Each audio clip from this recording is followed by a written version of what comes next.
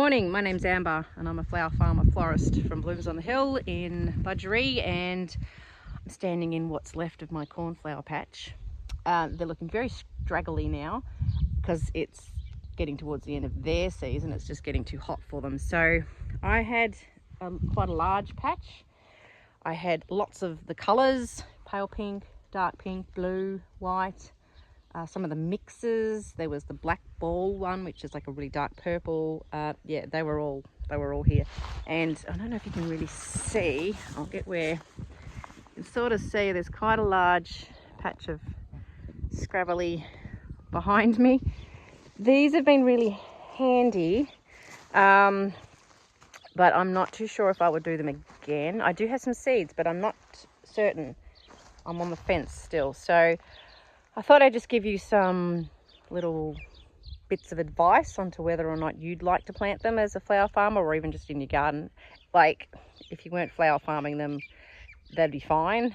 But for a flower farmer, there's some things to take into consideration. So if I were to do them again, I wouldn't plant as many. So what I've done, I've just bought some seeds for some pale pink, some white, and the mauve and the blue.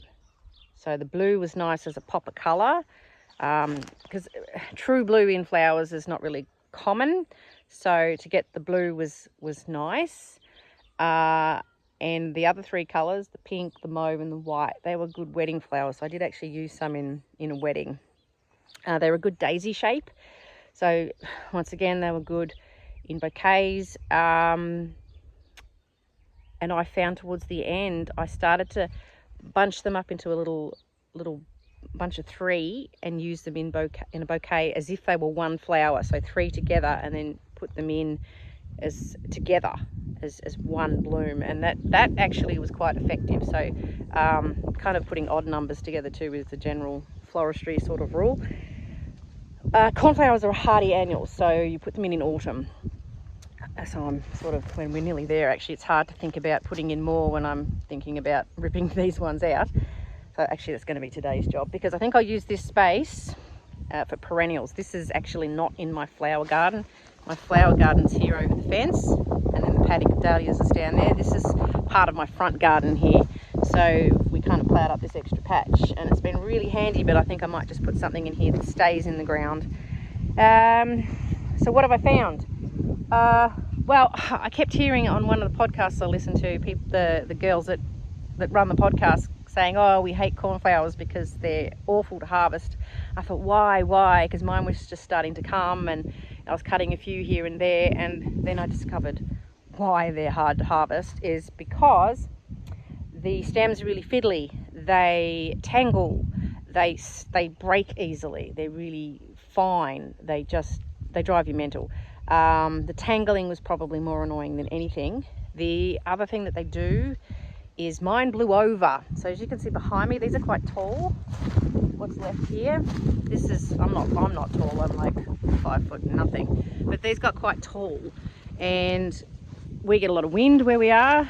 It's very hilly, that we just get a lot of wind and any rain, and they kept getting flattened. So I'd have, you can see down here, these are actually lying down. So there was patches of cornflowers that just got completely flattened, and then the flowers themselves, well, they didn't die, but then the flowers were growing up, like they grow horizontally then up, and so I was getting some short stems from those. So they sort of recovered but didn't get long enough. So you should net them, really. But the horror in that is that they're going to be even harder to harvest because they're going to be tangled in the netting. So what do? On the podcast that I listened to, I had one of the guests they had on, she was saying that she actually pinches hers out when they're about 25 centimetres high, which pinching out means that you cut out the growing shoots in the centre, and then the plant will get bushier.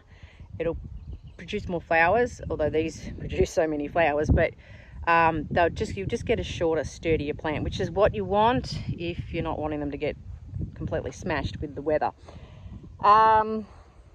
What else about these?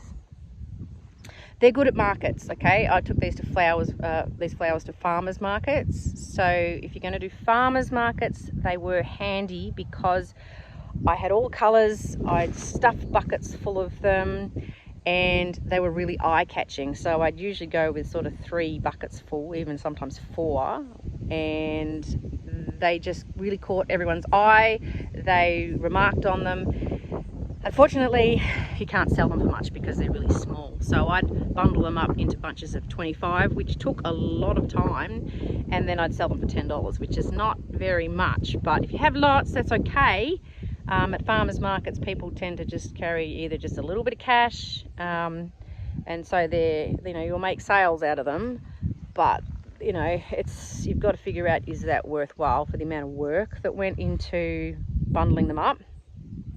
And then, well, you wouldn't necessarily have to have this amount of space for them, but you've got to think about all those different things. You can dry them, okay? So if you're into dried flowers, that's an added thing you can do with them. You could cut off the heads, which I've done with some, and dried them, and you can do flower confetti. They're also an edible flower, so there's that market as well, but you've got to just weigh it all up. Anyway, I'm going to get stuck into pulling these up. I haven't really given you a definitive answer as into whether you should grow them or not, but as I said, still on the fence as if I'm going to grow them.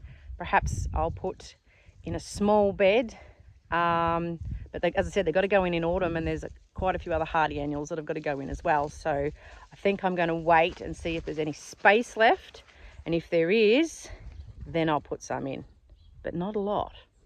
Anyway, have a good day, and I will see you again soon. Bye.